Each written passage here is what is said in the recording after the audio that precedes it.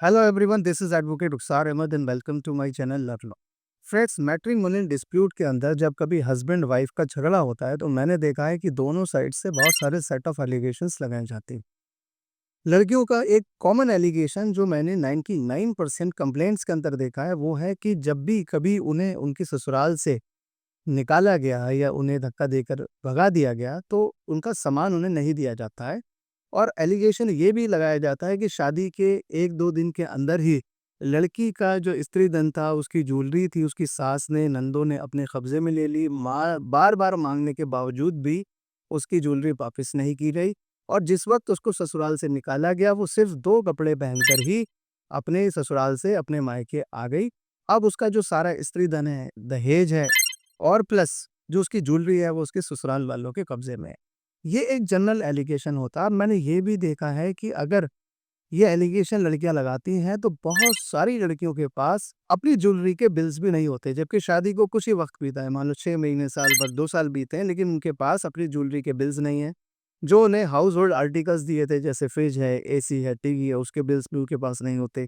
तो ऐसी सिचुएशन में लड़कियों को बहुत ज़्यादा प्रॉब्लम फेस होती है, क्योंकि वो ये साबित ही नहीं कर पाती कि कोई भी ज्वेलरी दहेज में या स्त्री धन में दी रही थी। लेकिन दूसरी तरफ बहुत सारे ऐसे भी जेन्युइन केस होते हैं जिसके अंदर जेन्युइनली लड़की के साथ कुछ ज्वेलरी थी, उसके हाउसहोल्ड आर्टिकल्स थे और वो शादी के वक़्त में लड़की अपने साथ अपने ससुराल ले गई थी और जब उसको उसके घर से निकाला गया तो सारी ज्वेलरी उसके पति के हाथ में रही, उसके सास के पास रही। और जब वो कंप्लेंट फाइल करती है तो कंप्लेंट फाइल करते वक़्त ये एलिगेशन लगाती है कि मेरा सारा सामान मेरे ससुराल के पास है। अब पहला सवाल ये उठता है कि अगर वो इन्वेस्टिगेशन ऑफिसर के पास है तो इन्वेस्टिगेशन ऑफिसर उससे कहता है कि आप अपनी ज्वेलरी के बिल्स लाओ। अगर वो सारे ज्वेलरी के बिल्स अपने प्रोड्यूस कर देती है तो ये ध्यान रखिए कि सेक्शन 406 ऑफ आईपीसी लड़के और उसके घर वालों के खिलाफ पुलिस लगाती है और फिर कोर्ट के जरिए ये इन्वेस्टिगेशन ऑफिसर खुद भी उस सामान को रिकवर करवा सकता है।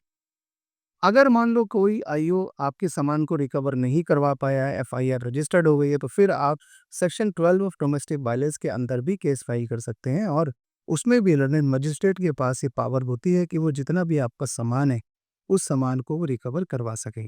लेकिन इन सारी प्रोसीडिंग्स के अंदर जो सबसे इम्पोर्टेंट चीज़ है वो ये है कि आपके पास अपनी ज्वेलरी के बिल्स होने चाहिए, कुछ बेसिक एविडेंसेस भी आपके पास होने चाहिए कि आप अपना सामान अपनी ससुराल में ही छोड़कर आए थे। अगर आपके पास इतनी चीज़ें हैं तो मोस्ट प्रोबेबली आपको आपका सामान मिल जाएगा, लेकिन जिनके पास अपनी ज्वेलरी के बिल्स नहीं होते, सिर्फ़ वो ज़बानी तौर पर एलिगेशन लगाते हैं, उनके लिए कोर्ट में साबित करना मुश्किल होता है। फ्रेंड, आई होप आपको ये स्त्री धन, डाउरी और ज्वेलरी से रिलेटेड टॉपिक मेरा समझ में आया होगा। इसके बावजूद भी कोई क्वेश्चन आपके माइंड में है, आप उससे पूछ सकते हैं, जिसका मैं आपको टाइमली इनबॉक्स में रिप्लाई करने की कोशिश करूँगा। लास्ट में मेरी आपसे रिक्वेस्ट है कि अगर आपको मेरी वीडियो अच्छी लगी हो तो प्लीज़ इसे लाइक, शेयर, सब्सक्राइब करें। Thank you.